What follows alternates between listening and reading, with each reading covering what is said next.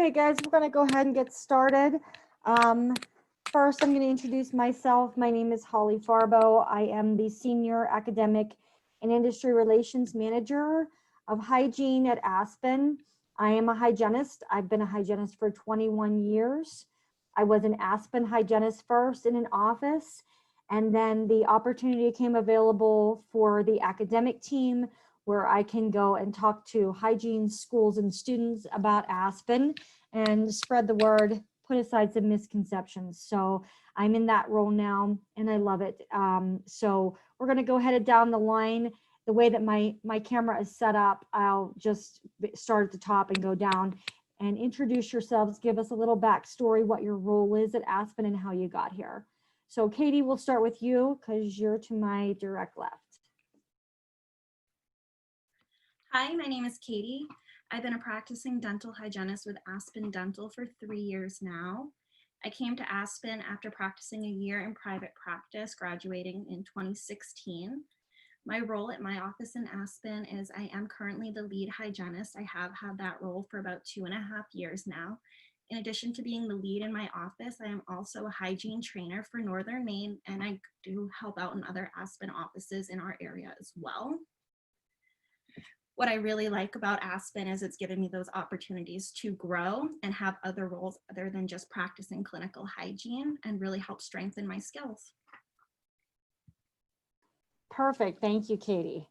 Dr. Kirk, I'll let you go next. All right, hey guys, I'm Dr. Kirk. I'm a partner owner at the Kingston office in New York. I've been with Aspen for about a little over 2 years now. I started with them after I finished my residency at Montefiore. Went to school up in Boston for dental school and been with Aspen since. Got hired as an associate, quickly became an MCD up there in Kingston. Been working with Dr. Gabe in the New York area along with Jerry Ann, who's our hygiene director. Aspen's been great. They've given me an opportunity to kind of grow and hone my skills as a clinician and, not just focus on dentistry, but also get a handle in the business aspect as well and just reach out and help the community. So it's been great. Thank you, Dr. Kirk. Jerry Ann? Hi there, I had to unmute myself. Yeah, I've been with Aspen actually for 19 years. When I first graduated from Hudson Valley in the Albany, New York area, I did a little private practice and Aspen. After about 16 years, you've been doing it for years, you get a little stagnant, and I was looking for a little bit more, and this definitely has pushed me out of my comfort zone. Used to being one-on-one with patients, and I was great at that for 16 years, and I felt like a fish out of water when I first became territory manager. Because I went from one-on-one patient to all of a sudden, having 30 hygienists under me and dealing with office managers and the entire staff and doctors. And I just would not have it any other way now. I love my job.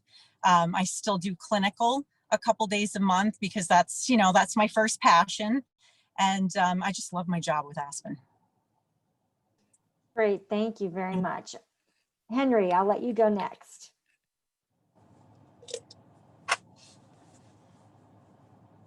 I'm muting myself too. I've been with Aspen for a little over a year now. I graduated from Old Dominion University in Virginia. I've played a few different fiddles with hygiene. I worked for a different DSO. I've worked for a clinical practice that was private. I worked with Sonicare and Zoom as a rep, and then I found Aspen. I love clinical hygiene, but I wanted to do something a little bit more. Zoom was too far removed clinically, so this role I'm in right now, which is the territory manager of hygiene support for New England West, is the perfect mix for me. I get to work clinically like Jerry Ann, but I also get to mentor hygienists. I get to work on a few different things more behind the scenes and building hygienists up. So Aspen's been a revelation since I found out. I've never felt more valued at a company with Aspen. I think that's the biggest thing that I've loved since I've joined. I really can't see myself going anywhere else now. I've played a few fiddles. I think that I found the one I want to keep playing. Great, thank you so much. Cassandra. Hi, so I've been with Aspen since 2016. I'm a hygienist in Hamden. I'm only clinical. Sometimes I do this kind of stuff, but I really like working for Aspen. It was my first job out of college, right after I graduated in hygiene. Going to Aspen was really cool because everything was by the book, and just I really like the Aspen culture too. It's really supportive. Great, thank you. So the first thing I'm going to do is real quickly before we get into questions is to explain a little bit about what Aspen is and the model and what exactly a DSO. We use the word DSO and what that means. So we get a lot of, oh, it's a corporate dentistry, and that seems cold, that feels cold. And people don't have always a great response to that. But what Aspen is a dental support organization. So I work for ADMI, which is Aspen Dental Management Incorporated. I work for the support part of Aspen, and the clinicians, the doctors, they work for the actual office because they're owned by a dentist. They're owned by a clinician. And so we say private practice, but technically they really are. So it would be like, we talk about if a dentist gets out of school and wants to open their own practice, and the support, this is where the support comes from. They would have to find an office. Sometimes they would have to get a real estate agent. So they would have to hire somebody to help them scout out an office. Once they're in the office, they got to set up their computer system. So you got to get an IT person in there. You're going to want to set up payroll. You're going to probably hire an accountant. And now you got to get patients. So now you're going to probably look for a marketing person. You have to worry about HR, hiring, unfortunately firing if you have to. And a lot of that isn't taught in dental school. So the doctor ends up looking for outside support for their office to make it run smoothly. And sometimes if something's not going right, then they might hire a consultant to come in and kind of go over and see where they're at. We do all that. So it's under one umbrella. The doctor, the hygienist, everybody in the clinic can do their own treatment on their patient and focus on that. And we at the support, ADMI, do all of that. Marketing, recruiting, HR, we do it all so that you don't have to. So that's kind of where the DSO comes. And for the hygienist, that S in support is why we're here today. We're going to talk about that also. Okay, so let's go ahead and start with questions. And the first question is, why would I want to leave my private practice after 12 years to come to a DSO? Okay, so I'm going to start with the hygiene aspect of that first, and then for Dr. Kirk, I'll talk to you because, students and dentists ask that same question as far as coming to Aspen from a private practice. So you guys can just, if you want to raise your hand, if you want to take this, or I can go around. Jerry Ann, good. Participation. Okay. And it's getting dark here, so I'm like trying to. I didn't realize you're slowly fading into the darkness. I would have to say, at least lately in the interviewing process with different hygienists from Vermont, New York, Massachusetts, their main concern right now is I need benefits, I need vacation time. Dentists aren't hiring full time; they're only hiring part time, so that's not available to me. Even CEs. They're amazed, while we were furloughed in March and April, that we were still a nice little community and we had CEs available for the hygienists. They didn't wonder about anything. There were no mysteries coming back. They knew exactly what they were walking into as far as PPE and just how the daily flow is going to go. So I would just say just having the support alone is worth its weight in gold. Okay. Dr. Kirk, what would you say to a practicing dentist who says, why come to Aspen as opposed to a private practice? A number of reasons. One of the major ones that I would say is, like you hit on the head with the support. Really, me coming out of school, I had no idea how to handle insurance, how to hire employees, how any of that business side of things work. Pretty much in school, all you learn is the hands-on and how to take care of teeth and take care of your patients. But there's so much more that goes into dentistry besides that. And with ADMI supporting me, kind of, and especially right now with the COVID crisis going on, I mean, with the support from that whole Bob Fontana and all of that, all those people just guiding us through that period. And on top of that, we have all these deals with PPE providers like Henry Schein, and we're well stocked in terms of N95s, disposable gowns, and all of that stuff. Meanwhile, in private practice, it's very difficult. So many things in the requisition system are on back order. It's very hard to get things because, you know, everyone needs them. And right now we're blessed that we work for Aspen right now and are able to get those items and get that support from a number of resources. On the dental aspect of things, you can reach out. There are people that will help you in the lab department if you have issues with crown bridge. There are people that will help you in the denture department with removable. We're now getting things up to gear with implant support.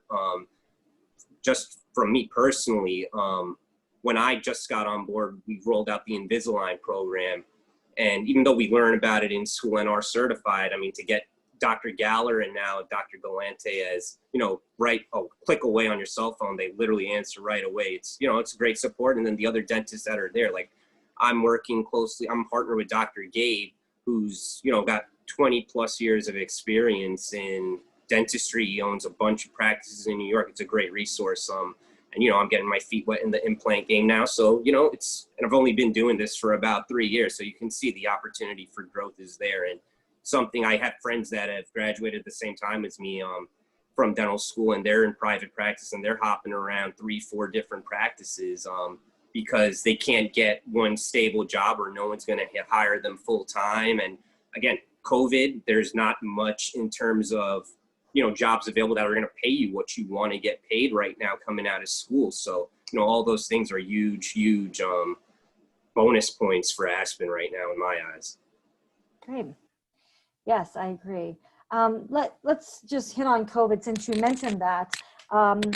For Katie and Cassandra, do you feel safe in your offices? And how has your patient appointment changed since COVID? What do you do differently? Katie, you want to start first in your office? So I feel completely safe and well supported. Like they were saying, I knew coming back into practice exactly what to expect, what we had available to us. Even before we were back practicing in the office, we were having regular conference calls amongst Aspen Dental. There were opportunities for us to ask questions and get our questions answered. Everyone was available just a phone call away. Coming back into the office, as always, the hygienists have full control over our schedule. We can set our appointment lengths to what we feel like we need to practice the best way we can, treat the patient the way they deserve, and also be safe. We had every supply we needed. We had our shields, we had our masks, we had our opportunities to get our fit tests, we had our gowns, and we still do today. There's never been a lack in my office. We now have the air purifiers going. We have the time in between our patients to thoroughly clean our rooms, and everyone's willing to help each other get through their day so that everyone's treated safely. I'm very happy with where I'm at, and I feel like I couldn't be in a better office. That's a great situation to be in. It is, you're right. Cassandra, how about for you in your office? So I completely agree with Katie. I feel very safe in the office. We have all the supplies we need, all the masks. Everyone's working hard to make sure that all of the patients are receiving. Oh, you're not. Hold on, you're muted. Oh, wait. Everything There you Katie go. said, she really covered it all. Good. Okay, perfect. So real quickly, I'm going to go to the support aspect of us. And so this is where, Henry, I'm going to direct this at you. So you are the territory hygiene manager, or territory manager of hygiene support. Can you tell us a little bit about what that role is and what you do to support your hygienists in office? You're muted. Wait, you're still muted. There you go. Okay. Okay. Sorry. I'm good. Yeah, No, that's you're fine. good. I struggle with the title too. It's a long title. So really what my day-to-day looks like, I tend to pick a different office each day. Maybe if there's an office where I have a new hygienist, maybe I'll visit that office a number of times in a week to really support that hygienist.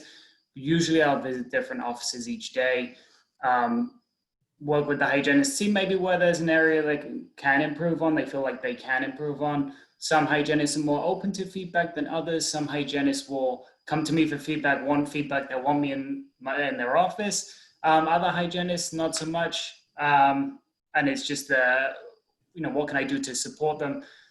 But my job is working with the hygienists and the teams to make sure that we're working well with the doctor, making sure that we're treating the patients correctly as far as AAP guidelines, AHA guidelines, making sure that we're really treatment planning comprehensively. For instance, if a patient has acid reflux in their medical history form, maybe there's an opportunity for us to recommend them MI paste or something that's going to protect their teeth from that acid rush when they do have an acid reflux attack. So just making sure that we're there for the patients. We work a lot with new grads, especially this year with new grads being really cut off in March. They've taken a clinical board exam that's on a mannequin. They maybe haven't seen a patient in the flesh since March. With them now just graduating, taking their boards, maybe not finding a job or not getting their license until another month or so from now. They've gone at 7 months maybe without seeing a real life patient. That's a crazy proposition to go into a job that you haven't really done for that length of time. When all the other hygienists on this call graduated, we saw patients right up to the end. We graduated, got our boards, and we were seeing patients. We had that momentum with us. So this year is going to provide a different challenge, but we work a lot with new grads. So I'm excited to work with them. I know they're going to come on and there's going to be so maybe areas that they're lacking, and I think confidence is going to be a big thing. We have a great training program that we just overhauled. So that's going to be tailor-made for them. It's very inclusive, it's interactive, it's live classes for them. It's 2 weeks training. They'll be training with hygienists like Katie, like Cassandra, that's going to build them up before they go into that practice. So that's part of my job, is making sure that they are supported coming in. They feel like they can do the job, and the team is working to support them as best we can. Perfect. So speaking of training, Dr. Kirk, I'm going to go real quick to you. And this is a question we get from, our new grads for dental, is what type of training program do we offer for new dentists? And what is the path to ownership? Sure. Yeah. So, there's a couple of, I know there's the EDGE training that they do every so often for new dentists. When I was onboarded, actually, so if you're onboarded in an office where there is already a partner owner dentist, and, they're got your back, you're going to start right off and they're going to, be there. Dr. Gabe was there pretty much every day that I started for about the first month, just kind of showing me the ropes. I also had another associate dentist who was already at that practice at the time. And she also, guided me through the process, getting me familiar with the dental software because it's different everywhere you go. So learning how to use EPMS, learning how to, use the X-ray program that's at Aspen, learning how to, chart and do all that stuff. And the way we kind of do things with dentures it's a little bit different than what you learn in school. So learning that end of it, and the new patient exams, learning how to interact with your hygienist, and, going over treatment plans, and, doing the best to make sure that you can take care of that patient. So path for ownership for me was, if you show and you have the drive and the hunger to kind of, go and make things happen, Aspen's a company that's there to, reward you for your, your hard work. And it's not something that you need to, work for 10, 15 years to finally become a partner owner. Like, I'm telling you from experience that it can be done at a relatively fast pace. Like, if you want it, you can get it. And that's pretty much, the gist of it. It's really much it's a company that rewards you for working hard and taking care of the patients and doing what's right by them. Okay. Hopefully that answered. Yeah, no, that's exactly what I was looking for. So this question will be for our two hygienists in office. And this is, give me a quick rundown, real quick. Cassandra, are you a single hygienists in your office, or you have two hygiene model? I'm the Okay, perfect. Good. And so Katie, you have two, correct? Okay. So Katie, let's start with you. Give me a rundown of what your typical day is like. Do you have a certain amount of patients that you have to see every day? And how does the two hygiene model work? So in my office as lead, I have another hygienist who's my associate. We don't necessarily have a quota as to how many patients we need to see a day because we don't have, a set schedule of, you have to get so many people in before lunch, so many people after lunch. But in the typical day, we probably do see, 8 patients each at least. In addition to that, there are multiple new patients we have. So while seeing our patients, we do find time to meet all of our new patients in the office, and we let them know exactly what their gum condition is. We talk to them about their periodontal status, so that day when they leave, they fully understand when they come back and see us what treatment they're expecting and what we can do to stabilize their condition. In doing that, our patients are much more comfortable. We try to keep people with the people they see, so we want to try to get that relationship to help continue that trust. Working in a 2 hygienist office, it's great.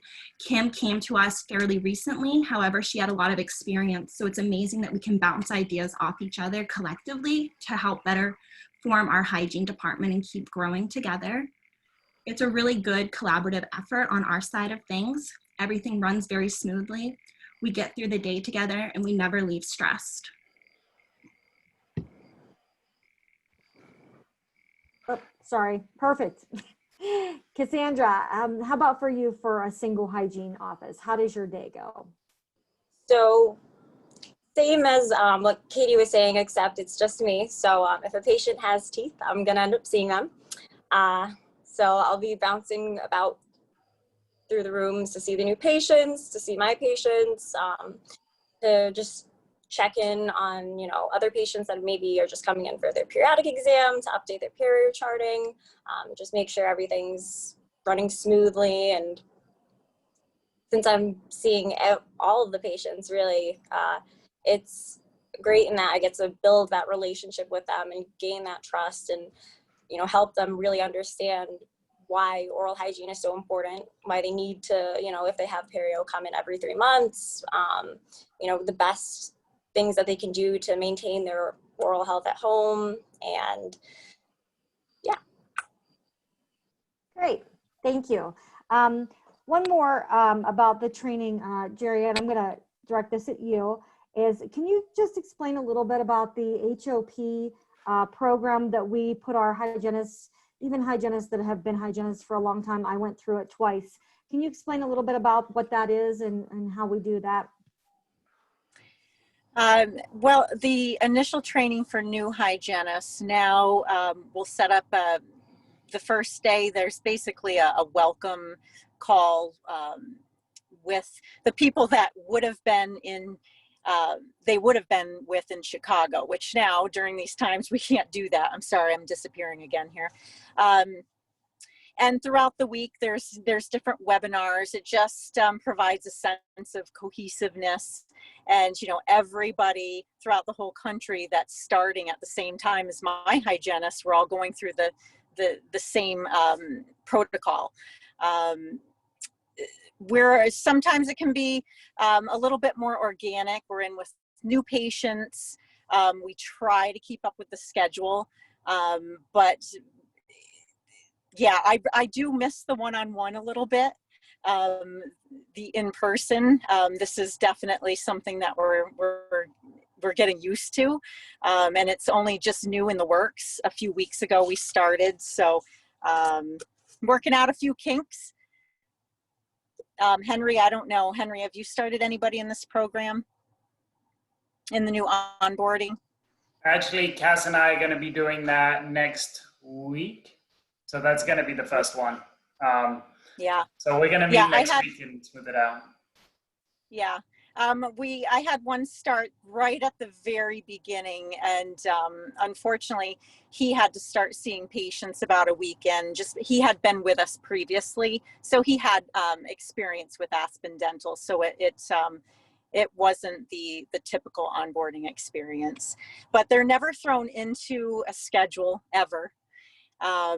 They get plenty of training on our system, which is unique to Aspen Dental. Really spend a lot of time with the new patients and understand the new patient flow. Get to know the team. Spend time with the front a little bit. Just really understand our model before we throw you into a schedule. Perfect. Okay, so here's the question that everybody wants to know. How you get paid. The biggest misconception is that we work on commission. So Henry, do you want to go over a little bit about that and just explain kind of briefly the pay? Yeah. So really, as far as there's an echo. Can you guys hear me?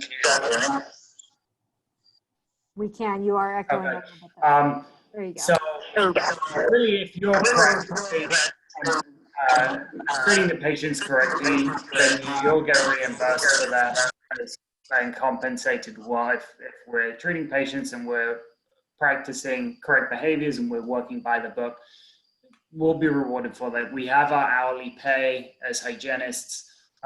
That's never touched. Whether you see one patient all month or you see 1,000 patients all month, that's never touched. I worked for DSO before where if you didn't hit budget, then that was counted against you. That's never the case with Aspen. You know, if you go above and beyond, you go way over and provide care for so many patients, you do exceed the budget, then you are compensated for that as an incentive. But that's never the goal. I never go into an office and tell the hygienist, so you have to hit this certain budget each month. If we're treatment planning patients comprehensively, that'll take care of itself.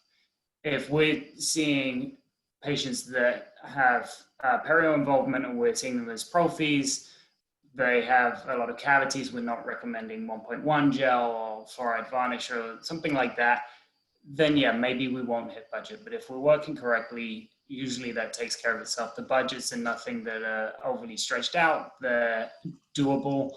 And it's just there, I think, to keep the hygienist motivated. If you can go above and beyond for patients and that works out well for you as well, then I think that's going to motivate you to do even better for your patients than maybe otherwise. Great, thank you. Dr. Kirk, I'm going to go to you for this one. So we do our new patients a little bit differently than some private practices. And we talk about a comprehensive exam, which I know that there are complaints that I see all the time and I hear people talking about is that we've presented them with this big treatment plan. Can you go over a little bit about why and what a comprehensive exam is and why we do that for our patients? Sure.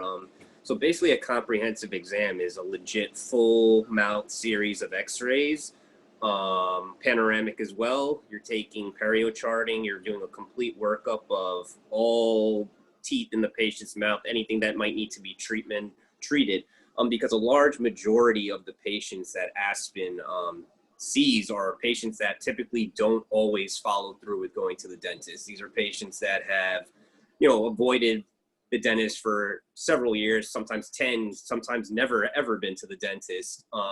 And, to ensure that these patients know the extent of the treatment that needs to be done in their mouth instead of sort of nitpicking, I only want to do this area. We kind of educate the patient on, everything that's going on into their mouth, how everything's kind of related, how each tooth kind of plays off of one another.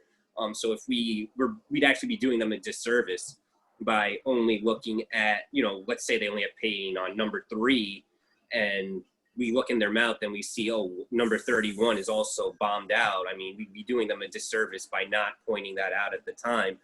So what I like to tell patients personally is, it might seem like a daunting task in front of us, but, we don't need to tackle everything right here, right now, today.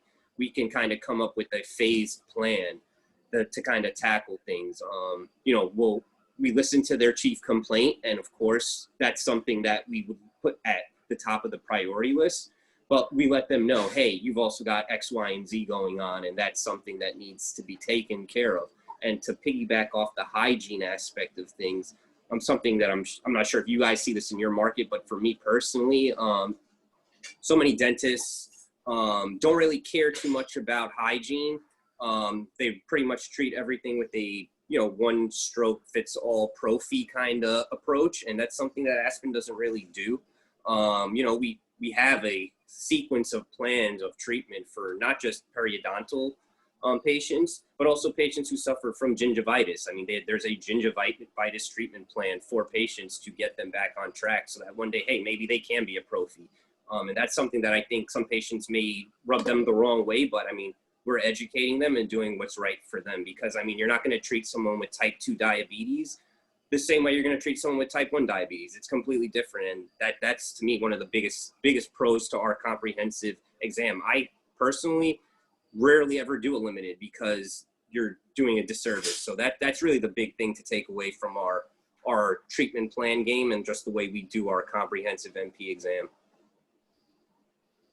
Yeah, perfect. That was one of my favorite parts about Aspen. So kind of piggybacking off of the new patient treatment plan, like I said, we do our new patients a little differently. So Katie, just real quick, can you go over kind of like how you set up your schedule with a two hygienist model with seeing existing patients and seeing new patients, and how that works in there?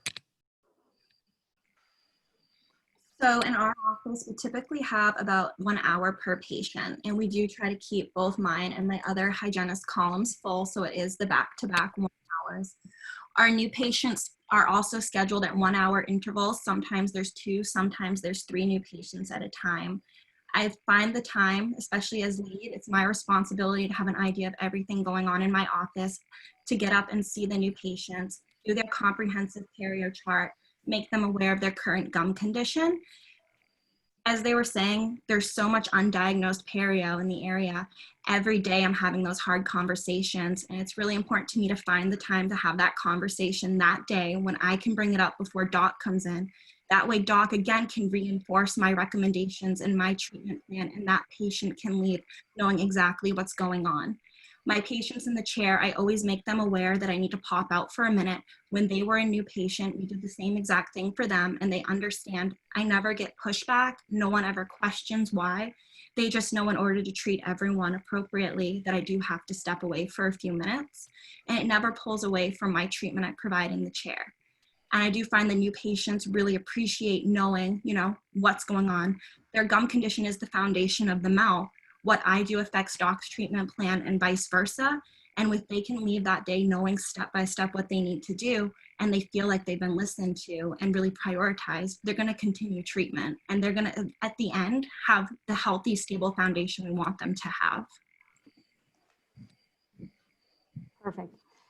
Cassandra, in a one hygienist office, how do you manage your time with seeing new patients and existing patients, and how do you go through that with a new patient?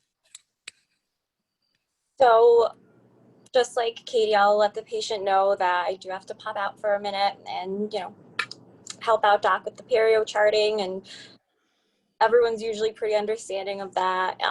The dental assistants have been a huge help with, streamlining the process with me, making sure that the flow of the office never gets interrupted or anything like that. And it can be tough being the only hygienist, but it ultimately, in my opinion, is completely worth it, because, the new patient at least leaves knowing that, they're going to see me, they know what's going on, they have everything written out for them, and we've laid it all out on the table. They know exactly what's happening with their mouths. Perfect. Jerry Ann, let me ask you this question, and Henry, you can also answer this. As far as hiring, how does the process go for a new hygienist or a new graduate? What's the hiring process like? Well, as we do have recruiters throughout the company. I've been with Aspen for so long that it's such a luxury for me because I was used to doing that process myself, sourcing and such. But they'll reach out, they'll talk to a recruiter first, typically, who will do a phone screening. And then that recruiter, ours is Spring, she'll give us a call or send us an email and set up an interview, a face-to-face interview, or, the new norm right now tends to be FaceTime for the first interview. And typically it's just showing them around the office. If we can do a face-to-face, very transparent about everything, about what our schedules look like, the flow of the day, what's expected of them as a hygienist with Aspen Dental. Everything. We very transparent through the interviewing process. And also we're very flexible, especially now, we have a lot of hygienists that are seeking very flexible hours because of the uncertainty with their school-age children, and will they be going remote? Are they doing a hybrid model? So the flexibility is what's really attracting the hygienists right now. Good. Henry? Yeah, I think that also touches on how much growth is possible within Aspen. Spring, as a recruiter, was a hygiene manager. She then progressed to a hygiene recruiter. I have an interview set up for next week where the first point of contact is Spring, who's a hygienist. Then I'll phone screen them, myself being a hygienist. Then Sarah, who for that market, she's also a hygienist, but she's now a regional manager. So they have all these different touch points. All of us are hygienists, but we all have different jobs within the company where we started as a hygienist and then graduated, I guess you could say, to different positions within the company. I think that's huge for hygienists to see as they come on, especially new grads. A lot of new grads are really just shown clinical hygiene, but there's so many different avenues you can choose from. So I think even the interview process shows how much growth there is within the company. Yeah, perfect. So Dr. Kirk, can you explain a little bit in your office how your rapport with your hygienist as far as like a doctor hygiene handoff, is he or she able to do their own treatment plan as far as, hygiene is concerned? How does that go for you? Oh, definitely. I mean, Jerry Ann can attest to this. Me and my hygienist have a pretty good rapport.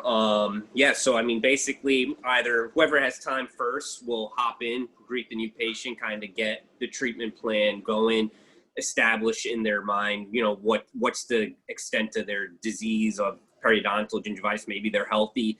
And we kind of bounce it back and forth off of each other. She'll tell me, hey doc, it's a localized scaling, or I'm going to prescribe some Atrodox in this region, or hey, this patient may benefit from MI paste, may benefit from a take-home fluoride treatment, or hey, the patient's interested in cosmetics.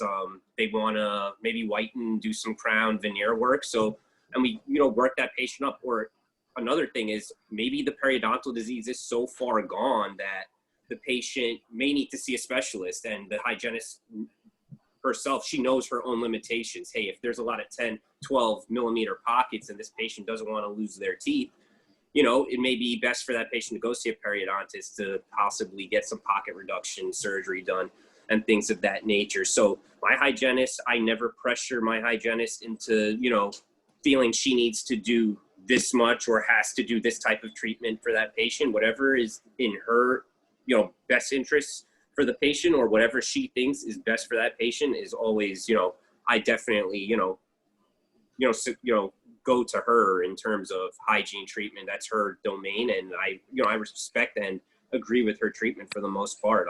And on another note, I mean, Jerry Ann knows we've started a new hygienist in our office recently within the last, I'd say, month or two. And she's onboarded very quickly. She's learned very quickly. We never really pressured her, as Jerry Ann said, into, doing anything that she's not comfortable doing. We really eased her into the flow of things because, she's straight out of school. She's, you're not really that fast as you are when you have a little bit more experience. So we started her with just kind of learn the system, kind of shadow our lead hygienist, kind of see the verbiage, how you speak to a patient, how do you treatment plan, different types of things. And then, as she got more comfortable, hey, do you want to do this? I'd go like, hey, Angela, you want to do this prophy today? Or are you comfortable doing this gingivitis treatment? And she'd be like, hey, yeah, doc, like just give me an hour 15 or give me an hour and a half. And we did that. And slowly but surely she built her speed up. And now she's great. She's rocking it out. She's doing her thing. And, we definitely don't expect you to sprint. We baby you, you crawl at first, and then you work your way up at your own speed. So everyone's different. And that's pretty much the way it is. And I think most of the doctors that I've worked with are the same way. They, respectful of the hygiene team and respect the way that they have to do their business. Right. And, that was one of the biggest things that I loved about coming to Aspen was I felt so valued as a hygienist. The doctor actually asked my opinion, and I was like, what? You're asking me? But it was so nice because it was just like, hey, we're a team here, and that's the way we work. It worked so good when you go in an office where everybody's a team, and that's what we really strive for at Aspen, and that is such an amazing way to work every day.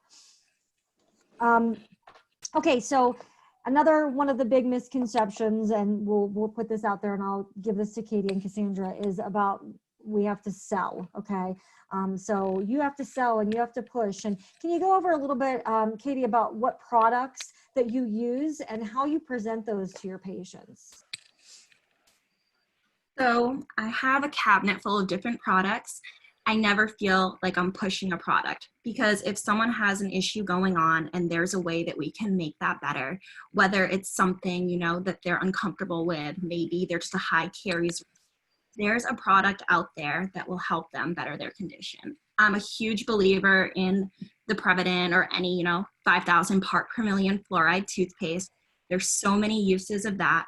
Perio is something I've taken passionately since hygiene school. So we have different types of rinses, whether it's chlorhexidine, stannous. We base everything off each patient individual that's in the chair.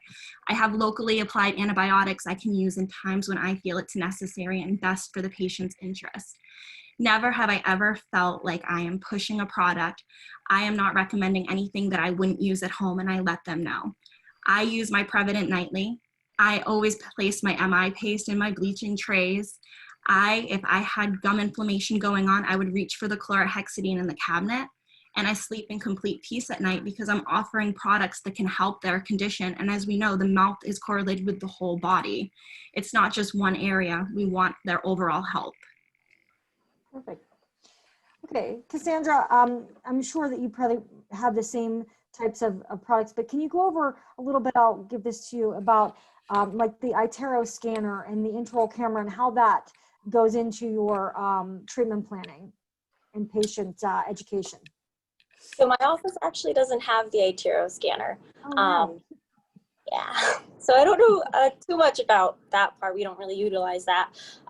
But as far as adjunctive aids go, if there's something that could benefit the patient, whether it be MI paste, the locally placed antibiotic, that's really huge in my office, or even just an electric toothbrush, whatever I can do to help my patient reach their goals and get the smile that they want and be healthy, happy, and confident with what kind of treatment they're getting that's really the goal. It's never pushing products. It's just offering what we can to help. Okay, perfect. Does someone really quick who has it in their office want to talk real quick about the iTero machine and how that goes into treatment planning and patient education? Yeah, I can. Go ahead. All right. Hey, Doc, I was just going to say real quick that I educated my patients for so many years without a scan. And I thought, I don't need a scan. I can review the perio charting and the x-rays, and I know what to say to my patients, but let me tell you, with the scan, how you can manipulate it, how it's 3D and the patient has it right in front of them. And patients that maybe might have been non-compliant for years or didn't buy into previous treatment recommendations, seeing that inflammation in the posterior, or, you know, a cracked tooth, or, you know, understanding that, wow, this is in my mouth. I need to treat this. I'm not just looking at a two-dimensional black and white x-ray. This is me. It's been a game changer, you know, whenever I'm chairside. So the iTero, I just love the iTero. How about you, Doc? Yeah, no, that's pretty much hit the nail on the head with that one. Just a great visual aid is really what it does. It's so much more than just a scanner for impressions or for Invisalign and things of that nature. It's literally you get a snapshot of what's going on in that patient's mouth. You can show them straight up, hey, you got a broken molar here, and they'll believe me. I'll be like, because half the time they're like, oh, you're kidding, man. It doesn't hurt me. But they see it with their eyes, and they're like, you're right, doc. Like, I got to do something about this. Or they see that giant calculus bridge in the back there, and they're like, oh yeah, you're right. I need to do something about this. That looks gross. So, just opens their eyes to let them see the extent of what it is. And it's so much more, real to them than looking at black and gray on the x-rays. So it just brings it home and hammers home what we're trying to tell them. And just another educational device that, it's a beautiful thing. And then the other thing that piggyback off that, some offices have a cone beam CT in them. So you can do a 3D scan, get them ready for implant placement or anything like that. So it's, there's a lot of technology out there, and Aspen's right on the cutting edge of it. And real quick, because you mentioned implants, I'll ask you this question, is what types of specialties do we do? Do we do implants? I mean, what kind of specialties do we offer in our offices? Yeah, we do everything. My office, when I had just started there, we even had a periodontist that would come in. Since then, he's been more focused on his private practice, but we have endo comes in sometimes twice a month, 3 times a month if you can fill his schedule. We have oral surgery comes in 2 to 3 times a month. They place implants. There's opportunity for the GP to place implants. If they're ready, willing, and able with the iTero and the CBCT, you can actually get a surgical guide made and do guided surgery to make things so much easier. The lab can actually plan along with you. We're actually rolling out an implant program with Dr. Rawal to kind of, get every GP in Aspen up to speed in terms of implants. And like I said, there's some offices that have a periodontist that does come in, does perio surgery, can even place implants as well. So it's the full range of specialty, and it really does feel more like a group practice than anything else, to be honest. Perfect. So with your implant patients for Katie and Cassandra, how do you treat those patients, and what types of recalls, and what do you do for those implant patients as on a hygiene level? I will go first. So we do have quite a few implant patients in our office. Our previous owner and our current owner both do implants regularly. We have all the tools we need. As a hygienist, I'm in charge of my budget. I'm in charge of my order. So I get everything that I want and need, and I'm completely supported by my doctor. So every time a new recommendation comes out, as far as now, it's, the implant scalers versus using, the implant ultrasonic tip. We're doing a lot of research now on different air polishers, and when we decide on one we like, we can order that. But we do have them come in regularly. We monitor their progress, not only on my side, but anytime they're in Doc's side of things. And even if they're in, we haven't seen them in a little while and they're in Doc's chair for something else, he will pull me aside, and hopefully, we can convert that day and do our implant maintenance while they're already in the office. So we are always keeping an eye on, as soon as they're in, he'll have me come in and regularly check for him as well. And we just have that relationship where if they're there, we're going to take care of it. Perfect. Cassandra, what does an implant appointment look like? What do you do during that appointment for your patient? How often are they seen? Oh, you're muted. So typically we do try to see them at least twice a year. We'll make sure that the implants are stable in place. We'll period chart with a plastic probe. Make sure that, we have their x-rays up to date, making sure they're actually brushing the implants, the importance of that. Yeah. Okay, perfect. Henry, this question's for you, and this goes on to the support side. if you have a hygienist in your office that is having difficulties with, you know, a doctor, they're not meshing or something with a office manager, how, if they came to you, how do you approach that, and what do you do in that aspect if someone's having an issue? I mean, it depends what the issue is a lot of the time. A common issue, for example, with the hygienist and the doctor is maybe they don't feel that the doctor is backing up their treatment recommendation. I think a lot of times, as Dr. Kirk said, doctors will have like a one-size-fits-all treatment.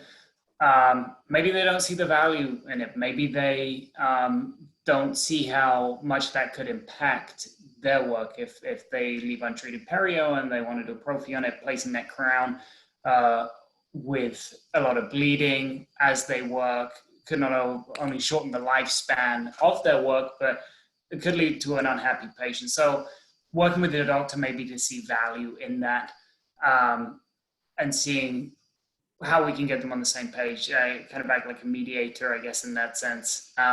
Typically, I don't have to put out too many fires. We're all working with the same goal. So yeah, just trying to understand from where the doctor's coming from, where the office manager's coming from, where the hygienist is coming from. Really, it boils down to what's best for the patient. Are we missing patient care because maybe the doctor doesn't value hygiene enough? That's not something that is too common. I say it's common because I really don't have too many issues to deal with. That's just one that can sometimes happen, maybe with a new hygienist or maybe a new doctor, something that's more just streamlining them both rather than an actual issue or a problem in an office.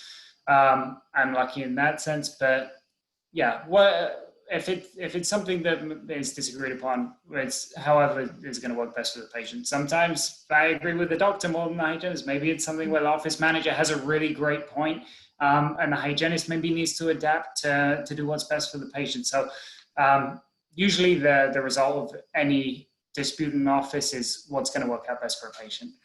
Okay. Jerry Ann, do you have anything else to add to that? Yeah, no, I think typically when I get a phone call from either the doctor or hygienist or an office manager, it usually has to do with the flow of the office.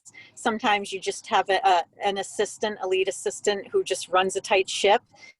And, you know, oh, there's a patient on the schedule. We have to get this new patient out of the chair, and we'll just bring the new patient up front without grabbing the hygienist. Sometimes just something very simple as that. So I don't really typically have any major issues with that per se. No, usually flow. That's about it. Communication. Right. And you know, that again, I always like to put my little 2 cents in, which is because I was in private practice for 19 years, is that part of what I loved about Aspen was, again, we keep saying that support system, because if you work for, you know, a single doctor in a private practice and there's an issue, you kind of feel on that like island alone, and you just never feel alone in Aspen. You know, there's always somebody there that will, you know, step up and support you. You never have to walk away and say, nobody listened to me or nobody heard me, because there's always somebody there that will do that for you. And so that's a really good feeling. Doc, real quick, I want to just touch on the office and the hours. Who determines the hours? Are there different hours? Are there extended hours? You know, access to care, a little bit about that. I mean, corporate really doesn't place much, you know, emphasis on what the hours are. It's pretty much doctor and clinician determined. So we right now in my office are working pretty nice hours. It's 8 to 5 on Mondays and Thursdays. We do 8 to 6 Tuesday and Wednesdays, and we have a nice short 8 to 1 Friday.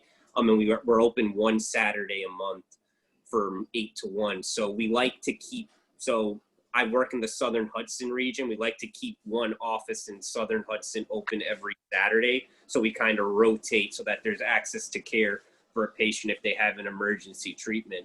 And if you're the lead doctor in your office, let's say a patient has an emergency at night or during a holiday or over the weekend, there's a hotline that the patients can call, and you get a text alert to your phone.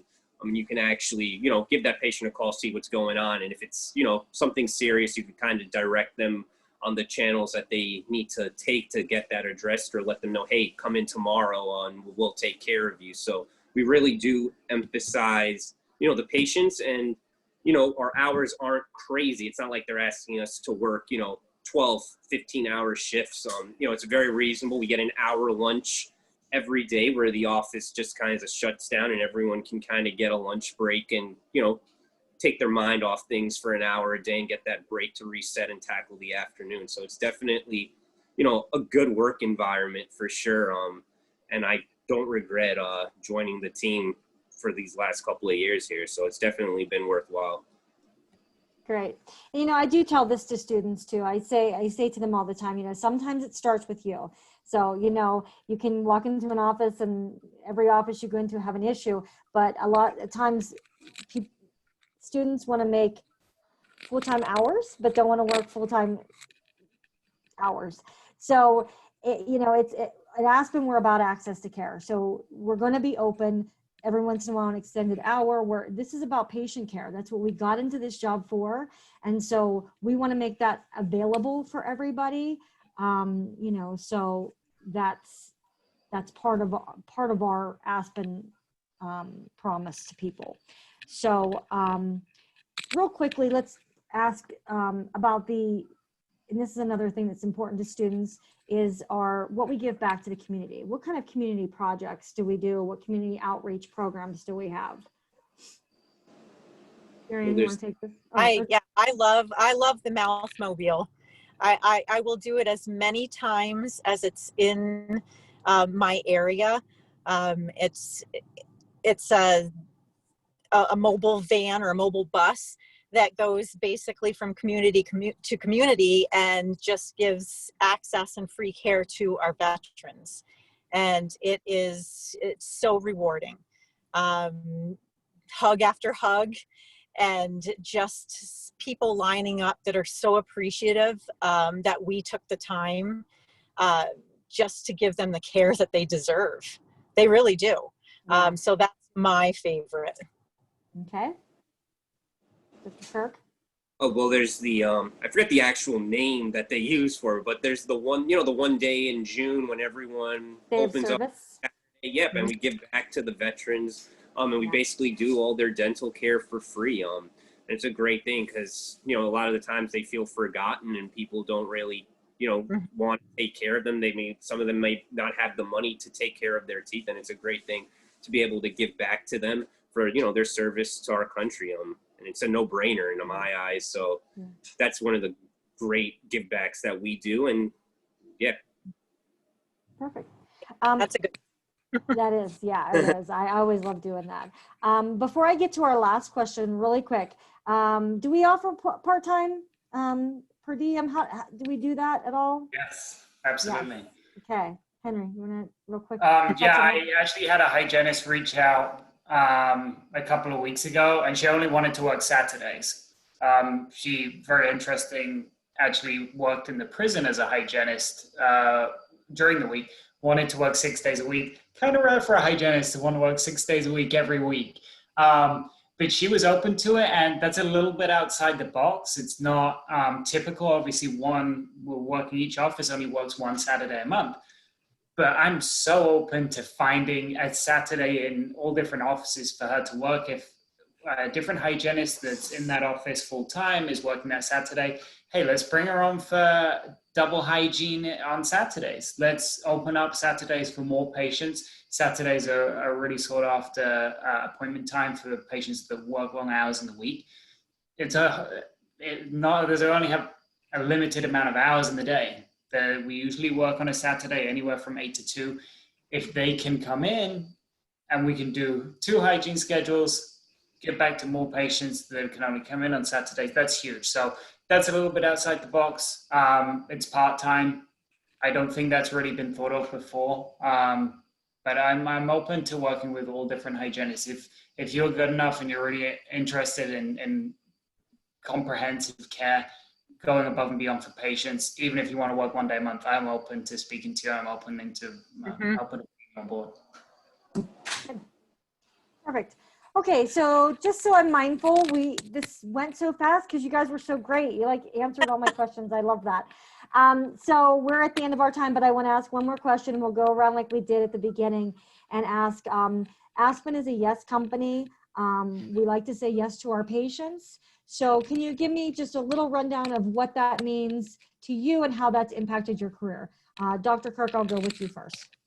Yeah, sure. Just basically always being open to, taking care of a patient. If someone walks in and their denture broke and we may be fully booked and there's no chairs, we're not going to turn that patient away. They may not even be a patient of our office, but the fact that we have lab on site and able to offer a same day repair, that person who maybe desperately needs their denture, maybe they have a wedding, maybe they have a birthday or something coming up and they want to be able to have teeth and smile and take pictures. These are all true stories that have all happened in my short time here. I mean, we're able to get them in and take care of them and not turn them away. And we're patients in excruciating pain. You say yes. I mean, it sounds corny, but that's pretty much what it is. We're here to take care of people and make sure that they're in the best health that they can be. And the smile is something that's, something that can give you a lot of confidence, or it can make you feel real crummy. And that's something that, I take pride in my work and make sure that everyone is, able to live their best life and, be pride and happy with their life. And that's something, not that your teeth can give you, and it's not just about being able to function. It's also about, living and being happy. And that's really a big thing. And just saying yes and making sure the patients are taken care of. That's really what I take away from it. That's perfect. You're right. Cassandra, we'll go ahead with you next. What does yes today mean for you? So if a new patient comes in and their chief complaint or chief concern is getting a cleaning, then I will find a way to get them into my schedule. Whatever we can do to see them as soon as possible and really support them, help them, and make them feel cared for in our office. If that means seeing them that same day, then we'll do it. Whatever we can. Great. Perfect. Jerry-Ann, for you. I guess I would have to say the fact that we're a yes organization, Doc brought up, it might sound a little corny, but it's the reason that I'm still here after almost 20 years. We haven't wavered from that. We might have changed the wording a little bit. We treat every patient like you would your own mother. Don't sugarcoat anything. Just try to get patients into the schedule if they're in need and they're in pain. And I'm still amazed that I hear all the time that patients are just so thankful, and they say, "You changed my life. You changed my life." And that gets me every time. And not only yes to patients, but Aspen says yes to their employees. I mean, work-life balance is super important, from up high in Aspen Dental to our owners, Dr. Kirk. I've witnessed it. He treats his team very well, and just being flexible. And so yes is just not only to patients, but to our team. So that's what's important to me and why I'm still here. Perfect. We love it. Henry, how about for you? Yeah, I think the biggest thing with our patient base is they've waited too long to come to their appointments. They're long overdue. The biggest thing for them is making that initial appointment, to come in and then be turned away, and they have to wait another month or however long it is to come back to the next appointment. That's tough for them. They already did the hardest part. There's a chance that they might not come back for that appointment. They have to build up the courage to come back in again. Now it's maybe even worse. They know that they're getting that Novocaine injection. They're getting that SRP that sounds kind of barbaric. That's really difficult to build up your courage for that. So if we can get them started, they've already made the hardest decision to come in. If we can get them started that same day and they leave feeling so much better about themselves, that's huge. And as Jarian said, it works both ways. It works both with employees and with the patients. We have a few mottos at Aspen and words to live by, and I think a lot of companies do, but I don't think many companies live as closely by them as Aspen does. Perfect. And Katie, we will end with you. What does yes today mean to you? As everyone else has touched on, just doing whatever we can to get that patient taken care of. Just making sure that they feel like they're in the best hands possible, that we can treat them appropriately, whether it's me coming in early, staying late. Even I've been known to come in on my off days once I build those relationships with my patients. It's just anything we can do to make sure they're treated properly and that they feel that they are being valued. And it's a great feeling knowing that I can do something that they can leave feeling confident, whether it is that smile or knowing they just have a provider that will always have their best interest at heart for them. Perfect. And real quick for me, I came in, very guarded at Aspen. I knew what everybody else had said. And the day that I walked in, I loved it from that day forward. And I'm a huge Aspen advocate. I love to get the word out there because I felt valued, and I get a new renewed love for hygiene after almost 20 years. And that says a lot, I think, just in that. So thank you guys so much. I want to join your team. Like, you guys are so awesome. You guys, seriously, you just seem like such a great team. So thank you very much. I appreciate your time. And I hope to work with you guys again. Thank you. Thank you. you. Thank you. Have a great night, guys. Thanks.